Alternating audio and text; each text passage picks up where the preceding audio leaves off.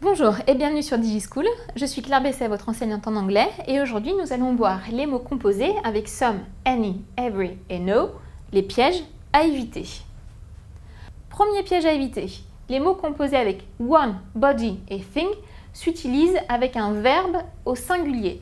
Par exemple, si je dis presque tout le monde à mon école a un téléphone portable, le verbe sera au singulier. Almost anyone in my school has a mobile. Donc presque tout le monde a un téléphone. Deuxième piège. Les mots qui sont composés avec no vont s'utiliser avec un verbe à l'affirmatif parce qu'un double négatif n'existe pas en anglais.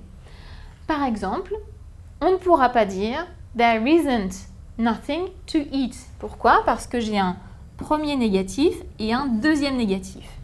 À la place, il faudra dire there is nothing to eat. Donc j'aurai un affirmatif et un négatif, donc c'est possible.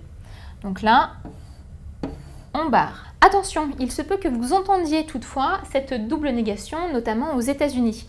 En effet, souvent, les Américains utilisent une double négation, même si ce n'est pas juste d'un point de vue grammatical.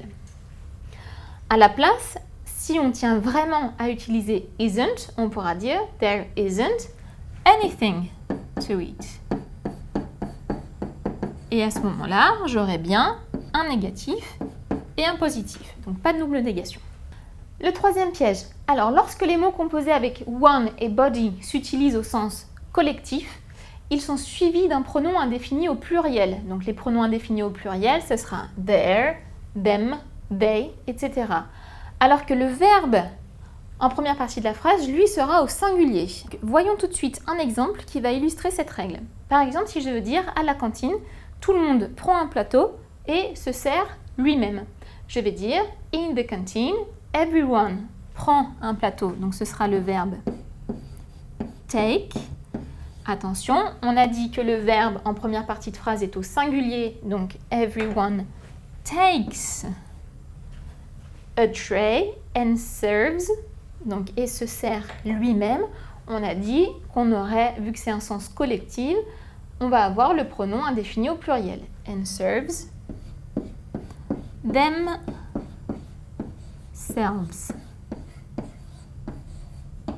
Donc ça peut paraître un peu incohérent pour nous francophones, mais c'est une structure qui est tout à fait grammaticalement correcte dans les pays anglophones. Donc in the canteen, everyone takes a tray and serves themselves.